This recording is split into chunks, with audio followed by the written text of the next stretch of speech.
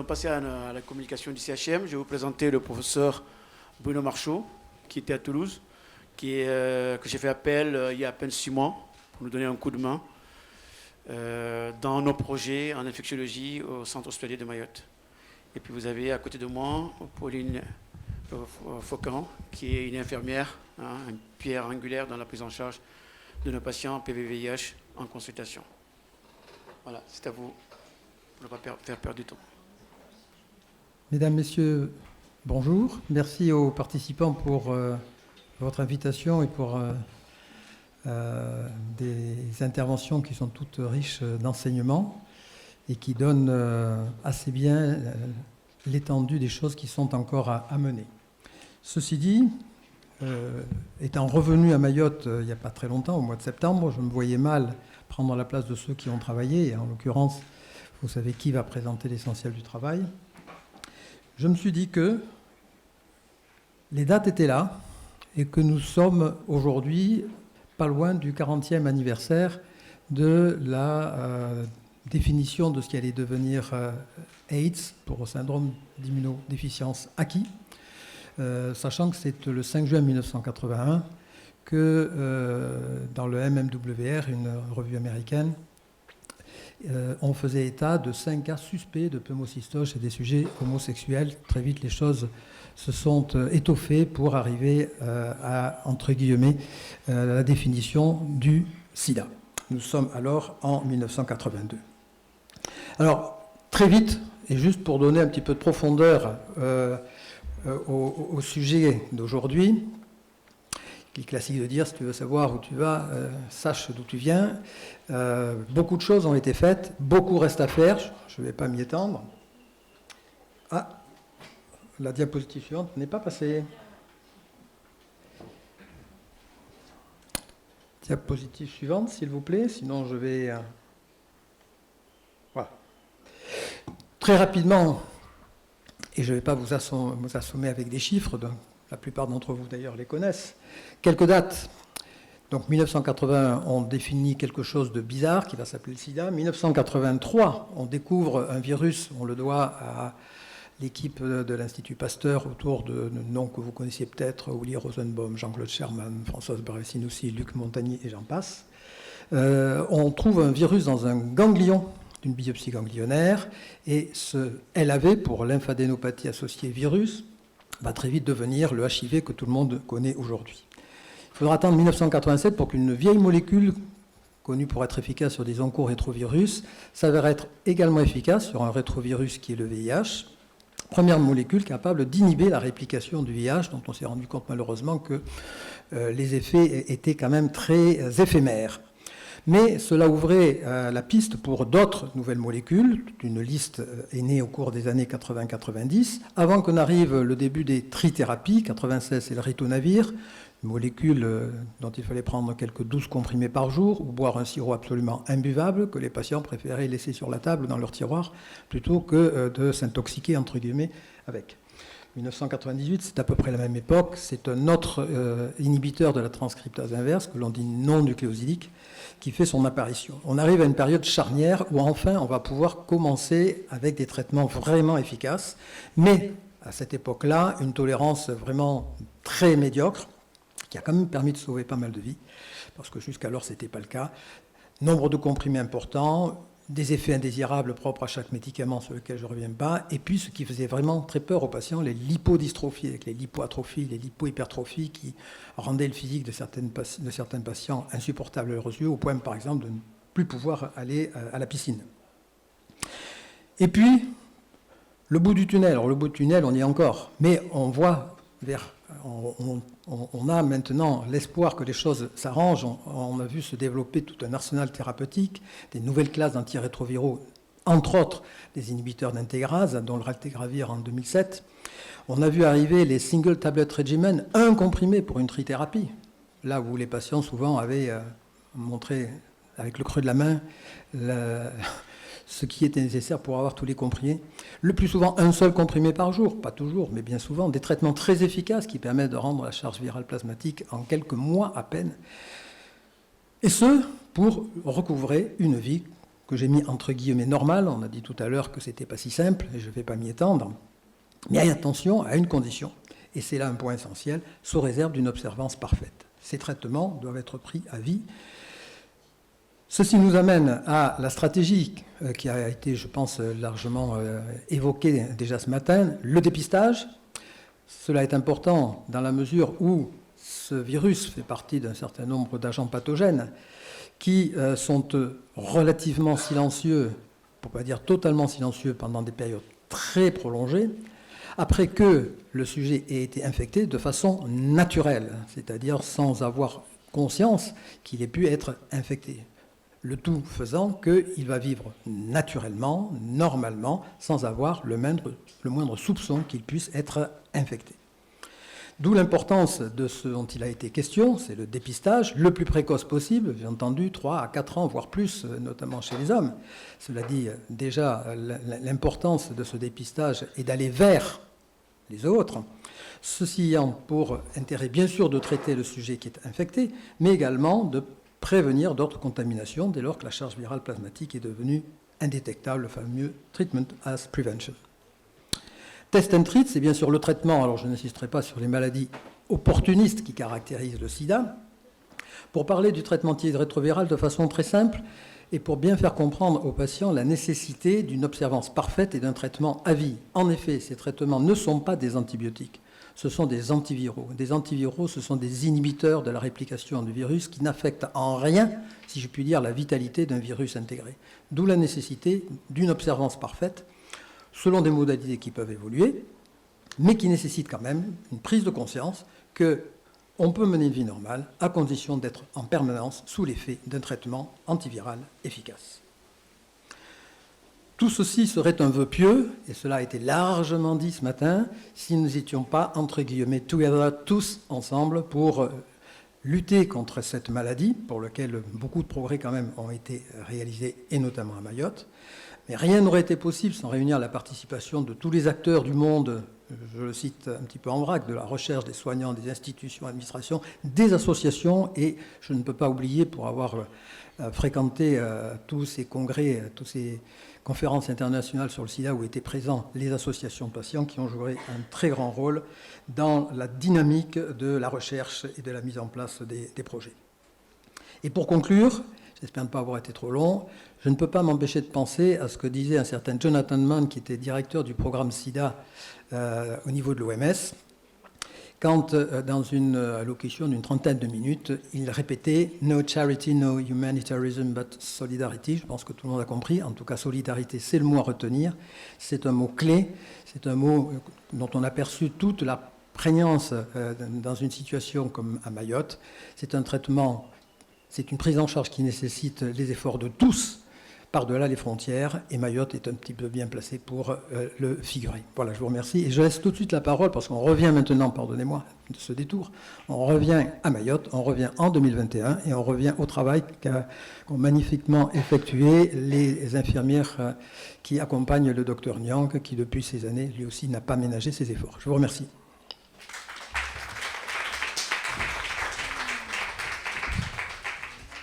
Merci, professeur Marchaud.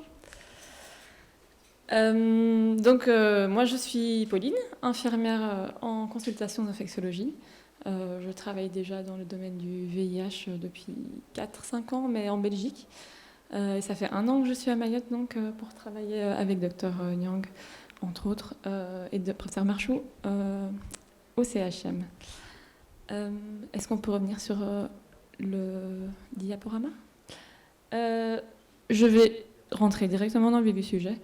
Je ne vais pas vous présenter la théorie de la prise en charge VIH comme on le fait partout en France, parce qu'on fait exactement la même prise en charge que partout en France, mais je vais vous présenter les spécificités vraiment particulières à Mayotte et pourquoi c'est si particulier de soigner les patients ici. Donc, je vous présente brièvement notre équipe, qui est composée de 3 médecins infectiologues, qui sont entre autres ici à côté de moi, et qui, bien sûr, s'occupe de la prise en charge du diagnostic, parce que la plupart des patients sont déjà diagnostiqués quand ils viennent chez nous.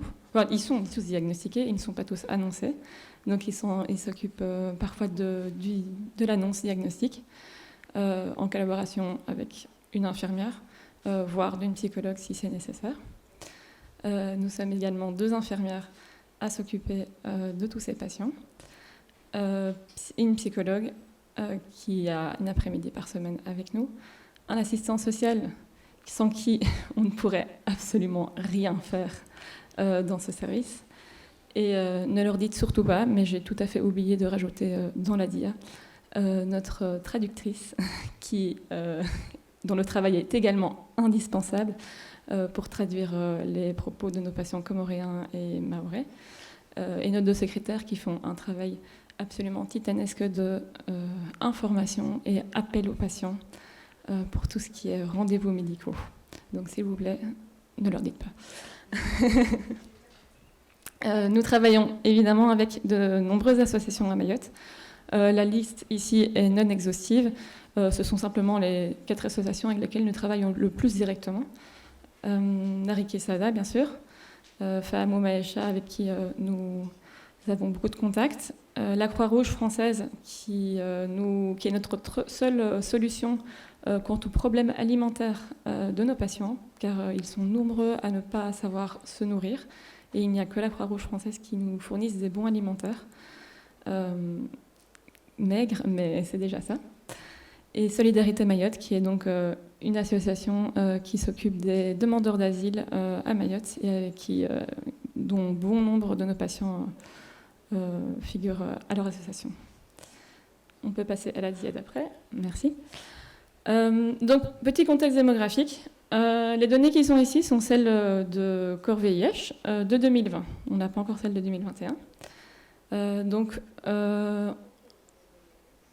ici, on parle des patients VIH. La file active, ce sont les patients qui sont venus il y a moins de 6 mois à la consultation.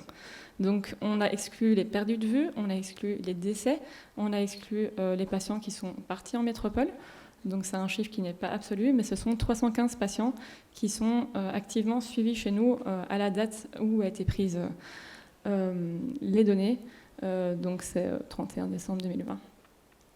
On peut voir que nos patients sont d'origine variée. Et le point est très important parce que forcément, on peut voir qu'on a 30% de patients qui proviennent d'Afrique de l'Est, 28% de Madagascar, 19% des Comores. Ce sont des origines qui sont variées et dont la culture est très différente les unes des autres. Donc ça demande une approche tout à fait différente de traiter une patiente de 20 ans qui vient de Madagascar ou un Bakoko qui vient des Comores. Ce n'est pas du tout la même façon de prendre en charge. La moyenne d'âge de nos patients est très jeune, elle est de 38 ans seulement. Notre patient le plus âgé a 72 ans, le plus jeune a 2 ans. Donc ça sous-entend une transmission mère-enfant, évidemment. Le ratio de femme-homme est plutôt inversé par rapport à ce qu'il est d'habitude. Vous avez pu voir dans les données tout à l'heure que d'habitude, il y a une légère prédominance masculine. Ici, à Mayotte, c'est le contraire. Il y a une nette prédominance féminine. On va pouvoir voir ce que ça signifie tout ça plus tard. On peut passer à la diade après. Donc au niveau du contexte social, qui est aussi important à souligner, parce que c'est quelque chose qui nous demande beaucoup d'attention, on a seulement 30% de nos patients qui ont la nationalité française. Donc ça signifie qu'a priori, ce sont des gens qui n'auront pas ou peu besoin d'aide de notre service social, car ils ont la nationalité française et a priori la sécurité sociale. Les 70% autres nous demandent évidemment énormément plus d'attention et de travail, notamment grâce à notre assistance sociale. Donc ils sont soit demandeurs d'un titre de séjour, soit d'une demande d'asile ou pas de statut. Je n'ai pas réussi à vous donner de chiffres précis de quel est quoi, parce que tous ces statuts évidemment changent très très vite. Les titres de séjour que nous avons pour étrangers malades, les premiers ne durent que 1 an, donc ça arrive parfois vite à expiration. Les gens qui sont en rupture de statut social sont également en rupture de soins. C'est très très difficile à suivre sur 315 patients. Nous avons beaucoup de patients qui sont primo-arrivants, donc qui sont arrivés il y a peu, et qui font la demande de leur titre de séjour chez nous, en première intention. Et c'est la première chose dont on doit s'occuper, puisque sans sécurité sociale, il y a évidemment beaucoup plus de difficultés pour avoir accès aux soins. Ça n'est pas impossible, mais c'est beaucoup plus compliqué. Ça implique du coup une grande précarité, puisque des patients avec un titre sans statut ou avec un titre de séjour expiré n'ont pas accès à un travail, a plus difficilement accès à un logement, et du coup a des difficultés pour s'alimenter. On souffre d'un délai administratif assez long, dont on arrive à régler le problème grâce à notre assistance sociale, mais qui parfois peut vraiment poser des soucis si les patients ne viennent pas se référer à nous pour les problèmes sociaux qu'ils pourraient rencontrer. Il faut également savoir qu'à Mayotte, nous avons moins d'aide sociale qu'en métropole ou à La Réunion. Donc ça limite aussi l'accès aux soins et l'accès à tout le reste. Alors, les conditions d'accès aux soins, elles sont évidemment accessibles pour tous dans toute l'île, mais la sécurité sociale est difficile d'accès. Cela met énormément de temps pour avoir la sécurité sociale si la personne a son titre de séjour.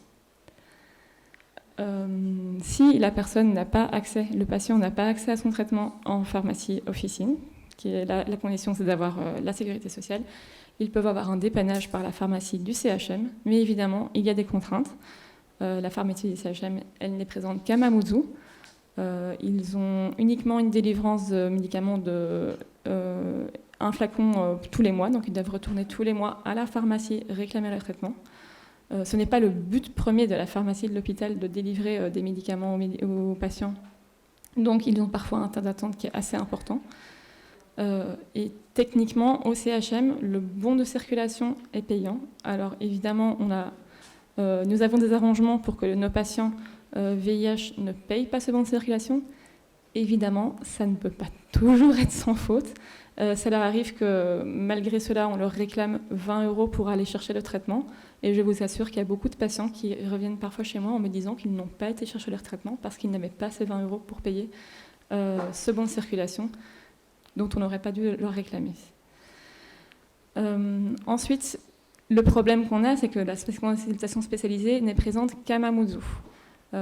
C'est donc extrêmement compliqué pour certains patients de devoir se déplacer tous les 6 mois dans le meilleur des cas, tous les mois pour les nouveaux patients, voire même plus dans les initiations de traitement.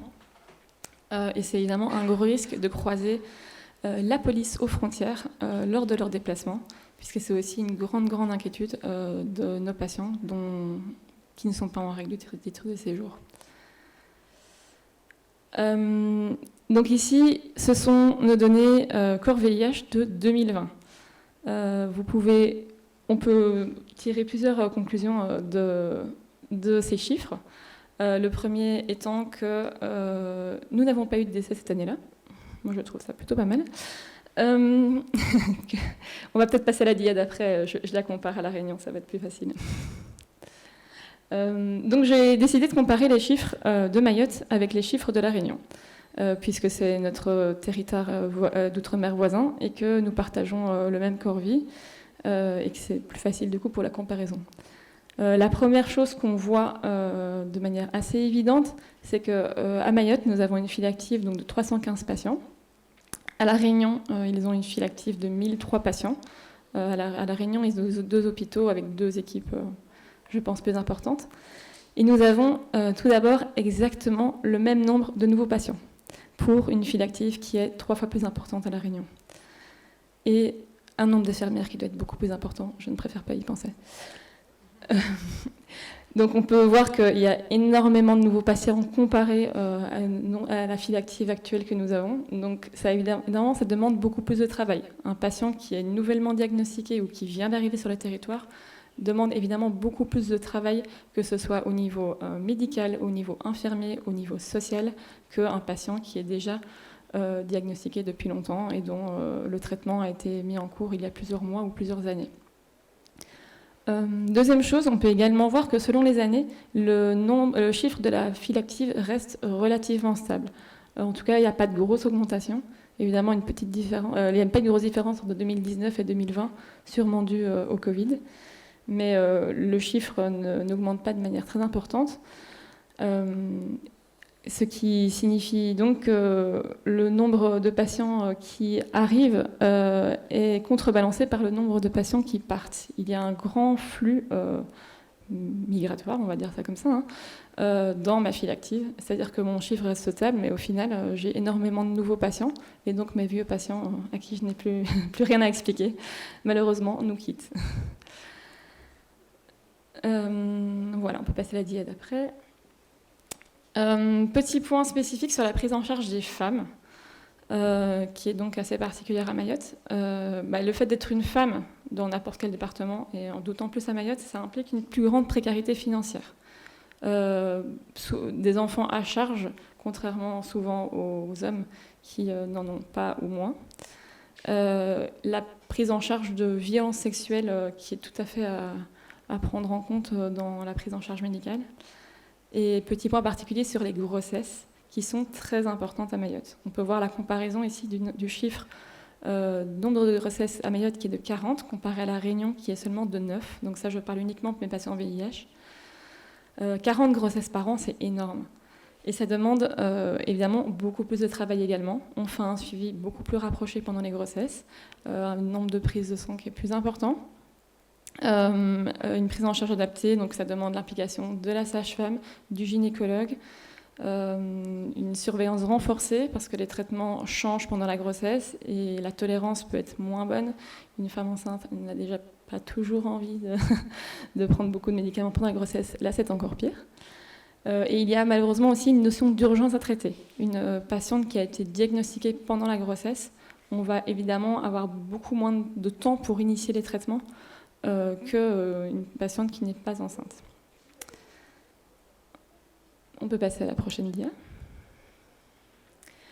Ensuite, en ce qui concerne la prise en charge des hommes, on l'a pu voir dans les chiffres précédents de mes différents intervenants qu'il y avait il y a moins d'hommes diagnostiqués que les femmes, ce qui implique un sous-dépistage certain. Effectivement, les femmes sont à beaucoup plus d'occasions dépistées, notamment par les grossesses. On parlait tout à l'heure de régulation démographique. En fait, moi, si on fait ça, j'ai encore moins de patientes qui seront diagnostiquées que ce que ça l'est déjà. Il y a également, on peut voir le chiffre. Alors, le rond n'est pas du tout bien placé. Je l'avais déplacé entre-temps, mais on n'a pas pris la bonne dia.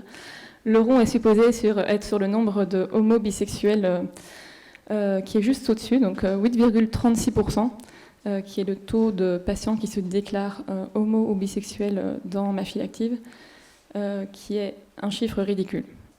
Il est tout à fait sous-estimé. Ce sont les données qu'on remplit sur NADIS, donc je ne peux évidemment pas faire part de mes suppositions dans des dossiers médicaux. Mais 8,36%, c'est tout à fait sous-estimé, donc il y a vraiment très peu d'homosexuels avoués, même aux médecins ou à nous les infirmières. Ensuite, il ne faut aussi pas oublier qu'il y a un contexte polygame dont il faut tenir compte, mais qui n'est, selon les études, pas favorisant concernant le nombre de VIH. Mais ce qui est évidemment plus favorisant, c'est le nombre de relations sexuelles non protégées hors cadre polygame. On peut passer à la dia d'après. Au niveau éducation sexuelle, évidemment, le niveau est globalement faible. Quand je prends en charge mes patients en termes de nouveaux diagnostics, je fais d'office un état des lieux de ce qu'ils connaissent, ce qu'ils savent déjà, ce qu'ils ont déjà entendu parler. Alors évidemment, les langues se délient après un certain temps, mais globalement, l'éducation sexuelle est vraiment très très faible à Mayotte, que ce soit des Mahorais ou des Comoriens ou des Malgaches ou des Africains. C'est tout à fait, c'est vraiment un gros obstacle et c'est là que notre rôle en tant qu'infirmière est quand même relativement important en termes d'éducation thérapeutique. Il est quand même, ceci dit, variable selon le pays d'origine évidemment et selon le niveau d'études.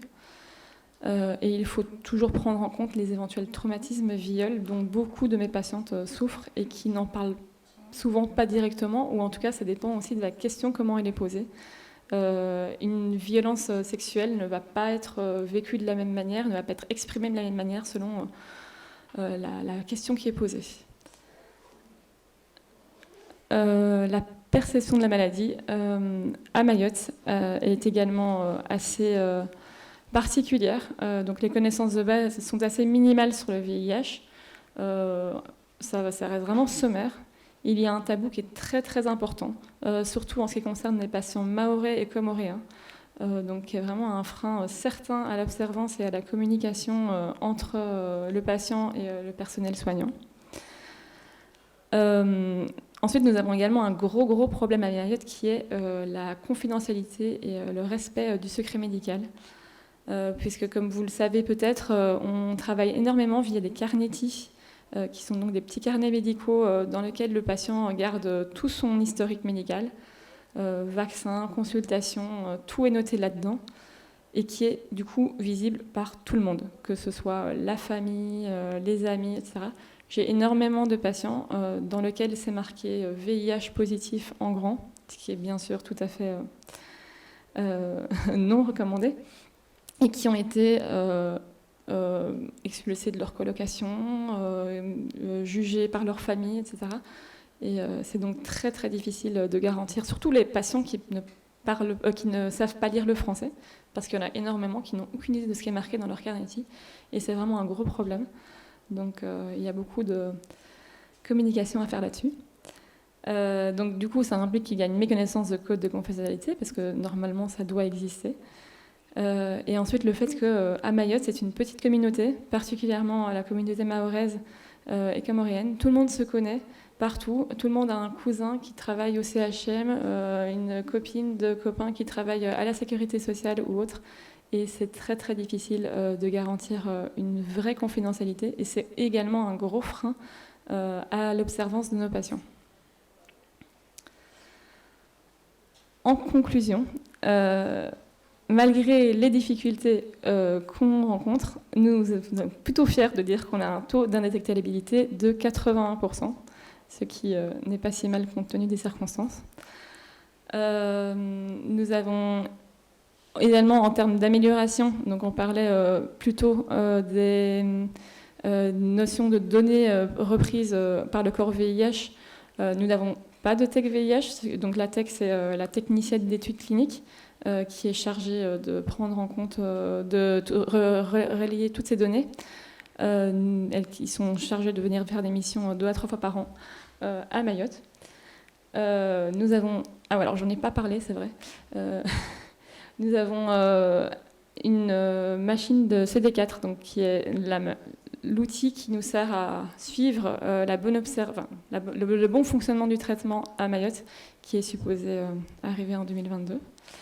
Et de nombreux projets d'amélioration en collaboration avec l'ARS et nombre d'acteurs ici présents. Et voilà, c'est tout pour moi.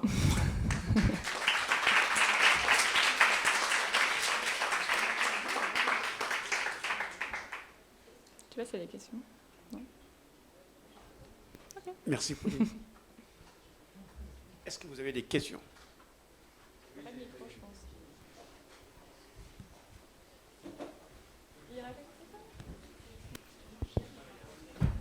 Oui, d'abord vous féliciter, parce que ce matin vous êtes beaucoup plaints d'être en sous-effectif, etc. Et moi je m'aperçois que finalement vous faites un travail remarquable de diagnostic local à partir de ce que vous avez, et vous avez probablement plus d'informations peut-être que beaucoup d'autres Corévis ou d'autres équipes manipulent, donc bravo.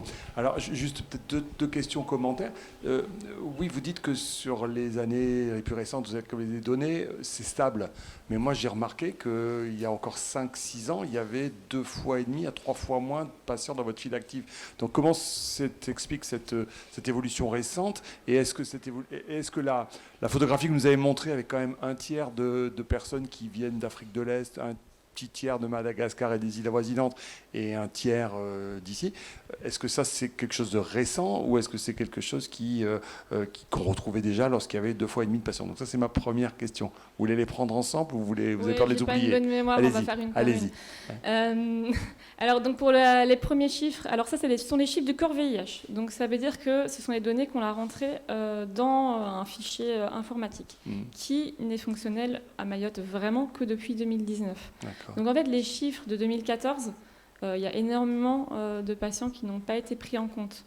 Au CHM, on a un autre outil de recensement des patients que, évidemment, on essaye de plus en plus de lâcher pour partir sur l'outil de recensement national et qui donc montre que, effectivement, le chiffre reste... Bon, évidemment, il varie un petit peu, il a une légère tendance à la hausse, mais il n'y a vraiment pas une grosse différence. D'accord. Voilà, effectivement, les chiffres sont très différents.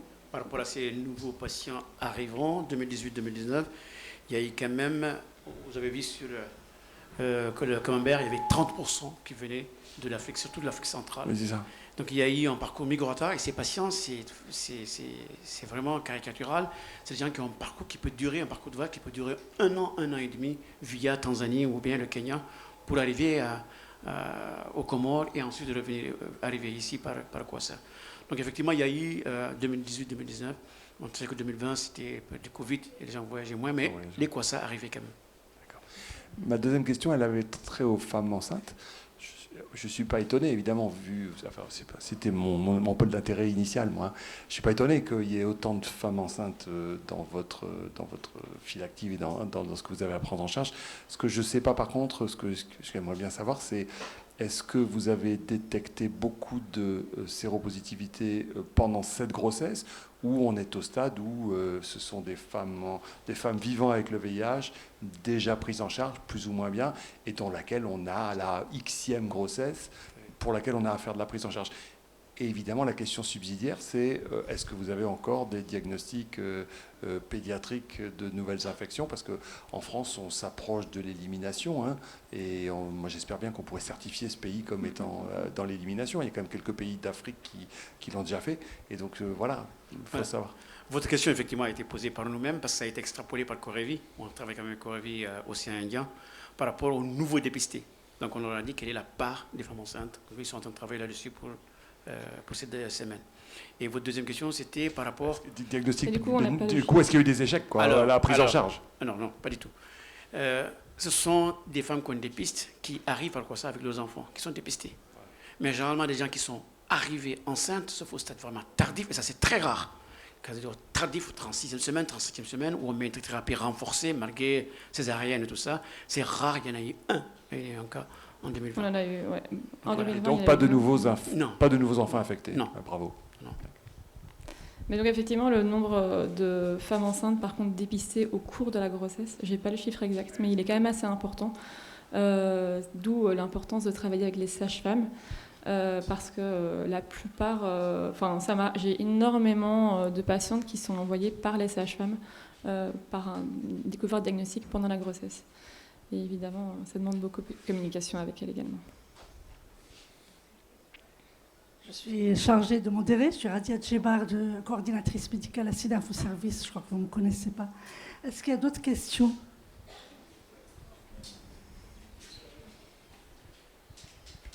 Alors c'est une question, je ne suis pas sûr d'avoir bien entendu, mais tout à la fin, vous avez dit que le comptage des CD4, et du coup je rajoute la charge virale, c'est pas fait ici. Non. Alors, la charge virale, elle est faite ici.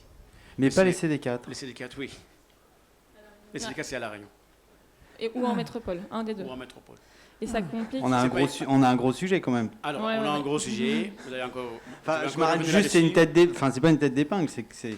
J'ose pas imaginer tout le reste pour toute la biologie sur d'autres sujets. Parce tout à fait, oui. Tout ce qui est génotype, c'est prestataire externe. Et pour appuyer la question de Marc, la charge virale, vous avez le résultat en combien de temps ? Ça met... En fait, ça dépend. Je crois qu'ils les font 2 à 3 fois par semaine. Donc, ça dépend quand est-ce qu'a été envoyé le prélèvement. Mais je dirais entre 1 jour et 5 jours. D'accord. Ça va relativement vite. Les CD4, c'est beaucoup plus variable, puisqu'effectivement, ils sont envoyés 1 fois par semaine, par avion, soit à La Réunion, soit en métropole. Par exemple, il y a 2 semaines, on n'a pas eu de CD4 analysé parce qu'il y avait tempête à La Réunion. Donc c'est évidemment, on a beaucoup de manqués dans la prise en charge des patients à ce niveau-là. Je m'excuse évidemment beaucoup parce que j'avais toute une dia préparée là-dessus. Qui a été oublié.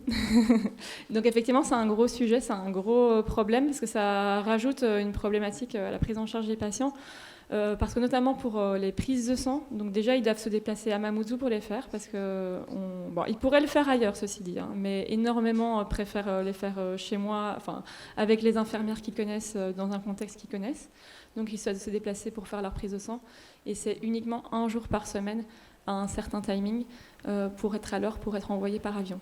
S'ils ratent ce jour-là, ce qui arrive souvent à cause des embouteillages, à cause de difficultés de déplacement ou autres, enfin ça arrive vraiment souvent, malheureusement c'est reporté d'1 semaine, on doit déplacer le rendez-vous médical puisqu'on n'a pas les résultats à temps. Ça demande une grosse logistique de notre part. C'était tout à fait prévu d'en parler. C'est très Donc étonnant. merci d'avoir posé la question. C'est très étonnant que ce soit 1 jour par semaine parce que le laboratoire peut très bien prélever et préparer le plasma pour le comptage des CD4. Il faut qu'il l'envoie tout de suite. Il peut Oui, pas le alors on a préserver. Ils une peuvent- marge ils peuvent- d'1 semaine pour être analysé par le laboratoire. Donc actuellement, je fais mes prélèvements tous les mardis matins. C'est envoyé le mercredi ou le jeudi par avion, ça dépend, l'un ou l'autre. Ça n'arrive pas en métropole avant. Alors souvent c'est le vendredi. Ça arrive parfois que s'il y a des retards dans le transport, ça arrive que lundi. Donc si je prélève plus tôt, le résultat n'est pas analysé. Si je prélève plus tard, c'est pas envoyé. Donc j'ai effectivement, c'est un gros problème logistique pour nous comme pour les patients. Écoutez, moi j'allais dans le même sens que le professeur Dabis. J'avais fait un calcul sur vos 315 patients. Vous en avez 200, ou un peu plus de 200 qui n'ont pas de papier, donc pour lesquels vous devez régler le problème de papier, de nourriture, de logement. Donc c'est un travail admirable. Parce qu'en plus de ça, il faut aussi Je ne suis pas prélever toute à des jours précis pour avoir les CD4.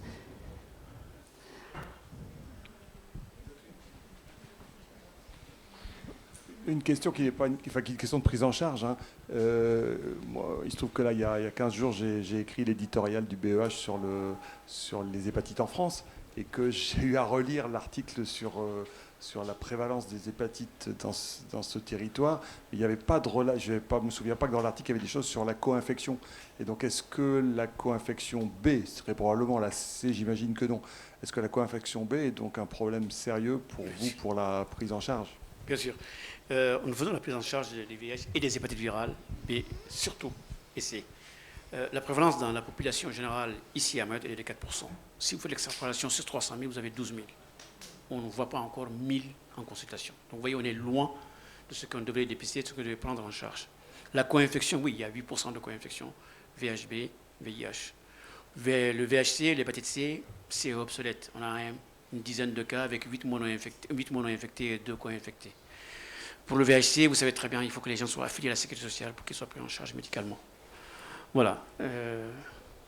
J'aimerais juste dire 2 choses, parce que je n'étais pas là au tout début. On est au rendez-vous des 95 pour 2030, pour éliminer toute nouvelle infection dans le monde. Ça, c'est la stratégie de l'ONU-SIDA. À Mayotte, ou en métropole en tout cas, 2020, 90, ils sont arrivés avec les 2 derniers 90 sous traitement et contrôle de la charge virale.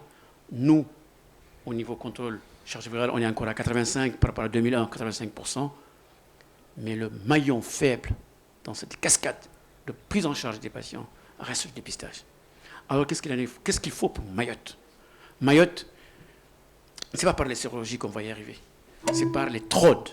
Donc on est dans une stratégie de formation des personnels soignants, y compris également le tissu associatif, au niveau de la pratique des TROD, et mettre à la disposition des centres périphériques des TROD pour qu'il y ait plus de dépistage. Mais je voulais inviter aussi les autorités locales de ce département, en particulier le conseil départemental, c'est de mettre, quelle est la place des autotests. Donc c'est vraiment, vous avez que pour faire un TROD, il faut, même si je me déplace vers la population civile, il faut que les gens viennent vers un prestataire qui est agréé à faire des TROD. Pour un autotest, vous achetez votre test, vous allez chez vous et vous faites votre test tout tranquillement. Donc voilà ce que je voulais dire, en mot en tout cas au niveau du dépistage.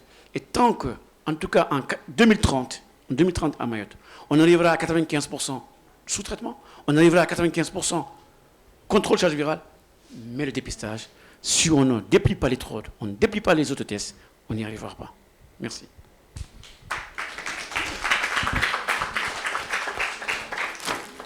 Est-ce qu'il y a d'autres questions? Moi, j'en ai une, j'en ai même deux. Vous avez parlé de bons de circulation payants. On ne sait pas du tout ce que c'est. De quoi il s'agit? Moi, personnellement, je ne sais pas. Alors, Je ne sais pas si les autres personnes qui viennent de métropole savent. au CHM, on a 2 modes de fonctionnement. Le premier, c'est pour les gens qui ont la sécurité sociale. Le deuxième, c'est pour ceux qui ne l'ont pas. L'autre fonctionnement, c'est que pour chaque consultation, pour chaque passage au prélèvement, pour chaque passage n'importe quoi à l'hôpital, les patients doivent s'inscrire au bureau des entrées, chercher un bon de circulation. S'ils ont la sécurité sociale, ils ne le payent pas. S'ils n'ont pas la sécurité sociale, on leur demande de payer 20 € en avance. C'est un forfait que le CHM a mis pour les gens qui n'ont pas de sécurité sociale. C'est 10 € ou 20 € prennent en charge et la consultation, et le bilan, et le traitement. C'est encore quelque chose qui est très différent de métropole. Oui, tout à fait. Puisqu'en métropole, il y a le PASS. Donc, quand on a quelqu'un en consultation qui n'a pas de couverture sociale, on appelle l'assistante sociale, qui le met sur le système du PASS. Elle lui donne un petit feuillet. Et avec ce feuillet, il va à la pharmacie de l'hôpital, il fait ses prélèvements et il ne paye absolument rien. Donc, c'est encore une autre... injustice. Mais nous avons donc cet accord avec l'hôpital et le bureau des entrées que nos patients ne payent pas. Malheureusement, il y a des ratés, d'autant plus que les patients, quand ils vont au bureau des entrées, évidemment ne disent pas qu'ils ont le VIH, tout haut, tout fort devant tout le monde. Et donc, il y en a beaucoup à qui on réclame les 20 €, qui n'osent pas dire, qui n'osent pas mentionner qu'ils sont suivis chez nous en infectiologie et qui se retrouvent à devoir payer 20 € par... Mais le système PASS, c'est pour toutes les pathologies en métropole. Okay. Il y a même des consultations régulières, des vacations, où un médecin spécialiste ou généraliste consulte les personnes qui n'ont pas de couverture sociale. Donc, toute pathologie confondue. Ce n'est pas spécifique au VIH. Il faut rebattre ça aussi. On n'a pas l'AM déjà, donc la passe aussi. Et puis, vous avez aussi parlé de Carnetti, sur lequel vous mettez le nom des personnes donc, qui risquent d'être découvertes dans leur domicile, que les personnes avec qui elles habitent.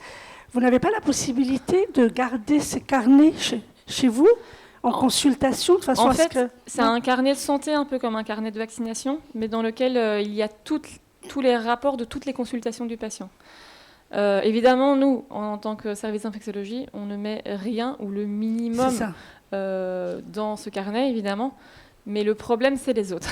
Oui, et le gros problème de Mayotte également, c'est qu'il y a un turnover du personnel qui est extrêmement important et qu'ils ne sont peu ou pas sensibilisés à cette notion de confidentialité. Et moi, à chaque fois que j'accueille des patients, je fais attention, je regarde le carnet, je blancote toutes les notions de VIH et des patients qui savent lire, qui arrachent même les pages de leur carnet, du coup, ça fait des manqués dans l'historique médical du patient, mais ils préfèrent ça que d'être découvert l'aspect de sérosité. Mais on a un nombre important de patients qui ne savent pas lire et qui n'ont aucune idée de ce qui est marqué dans ce carnet-ci. Et pour qui c'est un réel problème, oui, effectivement. Et il n'y a pas que ça, il y a aussi, dans les dossiers médicaux informatisés, beaucoup d'indiscrétions. Mais c'est un autre problème. Il y a d'autres questions ? Oui, avant de passer le micro à la dame, juste rebondir sur ce que disait le docteur Nyang pour aller dans le même sens que lui, lorsqu'il évoque les autotests. Je suppose que c'est pour ça qu'il a interpellé le département, parce que qui dit autotest vendu en pharmacie, ça a un coût. Voilà, je passe la parole à la dame. Bonjour à tous, je suis assistante sociale du coup à l'hôpital et du coup on est confronté à tous ces problèmes qu'on entend ici parce que l'immigration, on est dedans parce que tous les jours les Kwassa ils arrivent, les personnes sont malades, il faut les prendre en charge et malheureusement la passe, comme vous dites madame, n'existe pas encore chez nous. On nous a dit depuis 2016 que ça allait être mis en place, ils ont même recruté recrutait à un moment une assistante sociale pour la passe. Mais on est toujours là aujourd'hui, on est en 2022 et ça n'existe toujours pas. Comme a dit aussi Dr Nyang, même l'AME, on n'en a pas. Du coup, on fait avec les moyens du bord. Et puis, on essaye quand même de venir de prendre en charge ces personnes-là avec la précarité qu'ils ont. Des fois, comme disait aussi l'infirmière, ils n'arrivent même pas à prendre les médicaments ou même certaines pratiques qui doivent être faites ne sont pas faites parce que justement, ces patients-là n'ont pas les moyens pour se soigner, mais même ils disent en premier lieu, vaut mieux qu'ils s'achètent à manger au lieu de donner 20 € pour se soigner. Oui, mais je suis tout à fait d'accord. Je m'étonnais du fait que ça n'existe pas ici, que les patients soient obligés de payer 20 €. Voilà, c'était plutôt ça. J'en avais touché un mot à Solène avant, en parlant de système PASS, et je m'étonne que ça n'existe pas là. Excusez-moi, au mois de décembre, on a eu l'ARS qui est venue nous parler en nous disant qu'on aura prochainement la mise en place de la PASS. Nous, on attend. On est là, on attend. Voilà. Est-ce qu'il y a d'autres questions ? Juste une remarque. Moi, donc l'infirmière de Coconi à côté, je rebondis sur ce que dit la dame. Moi, je travaille donc avec à peu près 70% d'élèves sans papier. Comme je l'ai déjà dit ce matin, ils ne peuvent pas s'acheter une boîte de Doliprane ou voilà. Donc qu'on fasse des diagnostics territoriaux, c'est bien, mais quand vous êtes toute la journée, que vous essayez de forcer les portes d'un CHM pour essayer de faire entrer quelqu'un et qu'ils n'ont pas les 20 €, on finit par le demander au personnel de l'école. Et c'est très compliqué. Oui, je vous ai entendu intervenir ce matin et je me disais justement la solution des TROD, pourquoi vous n'impliquez pas toutes ces personnes qui reçoivent des personnes potentiellement positives, les infirmières des scolaires, les sages-femmes dans les PMI, pourquoi vous n'élargissez pas la formation aux TROD, les habilitations, pour que toutes ces personnes fassent des TROD, parce que l'autotest, le moins cher, coûte 10 €. Le prix, c'est entre 10 et 25 €. Donc, c'est pas là, si la personne n'a pas de... Donc voilà, c'est la généralisation du TROD dans les structures qui reçoivent les personnes qui sont potentiellement positives. Mais justement, c'est exactement ce qu'on est en train d'essayer de mettre en place avec le Dr Nyang, Pauline, enfin le service infectieux au sens large. On est en train de travailler parce que jusqu'alors, on envoyait les gens à la Réunion être formés au TROD, donc ça a des coûts importants et du coup, au regard du nombre de personnes qu'on a à former sur le TROD, parce qu'il faut savoir que là, à l'heure actuelle, dans le secteur associatif, il n'y a plus que Monsef sur toute l'île qui est habilité à faire des TROD. Donc voilà. Donc Alors, une information, Gilead forme gratuitement au TROD. En métropole, ils forment au TROD. Ils prennent 7 à 8 personnes par séance de formation. Oui. Donc voilà, essayez de voir. Bien sûr, mais en fait, dans le sens où nous, en tant qu'ARS, on finance les Corévis. Et donc, du coup, effectivement, avant de passer par d'autres structures, on passe quand même par le Corévis qui a des ressources et qui fait ça depuis des années, en tout cas sur l'océan Indien. Là, justement, on a réussi à récupérer toute la documentation nécessaire, que ce soit sur la partie théorique ou sur la partie pratique. On devrait mettre en place la première formation fin avril, là, du coup, pour, du coup, dans le secteur associatif, former les... on a notamment Santé Sud, Narakem Sada, on a le Xapaka Rudki derrière, Solidarité Mayotte, parce que c'est un enjeu vraiment, et c'est la première personne qui avait demandé à être formée, parce que au regard de la file active, et on le voit très bien, on a de plus en plus de personnes ici qui arrivent à Mayotte, qui demandent l'asile, qui arrivent de l'Afrique de l'Est ou de l'Afrique, de l'Afrique des Grands Lacs, avec une très forte prévalence VIH, qui n'ont pas les moyens de vivre, puisqu'ici, il n'y a pas non plus l'aide aux demandeurs d'asile. Donc, ils ont 30 € par mois pour vivre, ce qui crée des problèmes de prostitution. Et donc, du coup, on se retrouve avec une file active qui devient de plus en plus importante, en tout cas sur l'Afrique des Grands Lacs et l'Afrique de l'Est. Donc, justement, l'idée, c'est là, on aura une 15aine de places, et l'idée, c'est de créer cette formation à Mayotte pour qu'elle puisse rouler à Mayotte et qu'on n'ait plus besoin de solliciter la Réunion pour former les associations, les structures médico-sociales. Donc là, la première aura lieu fin avril et puis on va essayer d'en mettre Après, ça dépend aussi des disponibilités du service infectieux. Ils ont déjà beaucoup de travail, mais au moins 2 par an, ça pourrait être bien. Je vais rajouter juste par rapport aux autotests. Si je n'ai pas effectivement, ça a un coût, comme a dit Monsef. Mais il faut que le conseil départemental mette les mains dans les poches. Parce qu'il ne faut pas que ça revienne à l'usager. Je dis, ça devenait à 1 euro. Je vous donne une ficelle, je vous donne un coup de main. À Paris, c'est Paris Sans Sida qui a financé les autotests, qui les a distribués aux CGIT, aux associations. Donc si vous vous lancez dans Mayotte Sans Sida, et ben voilà, essayez de voir comment vous pouvez vous faire financer les autotests. Est-ce qu'il y a d'autres questions? S'il n'y en a plus, moi je voudrais vous poser une autre question sur la thérapeutique. Vous nous avez parlé de la thérapeutique. Vous avez commencé l'allègement thérapeutique, le traitement injectable, ou vous n'êtes pas encore là? Dernière question, Raïda.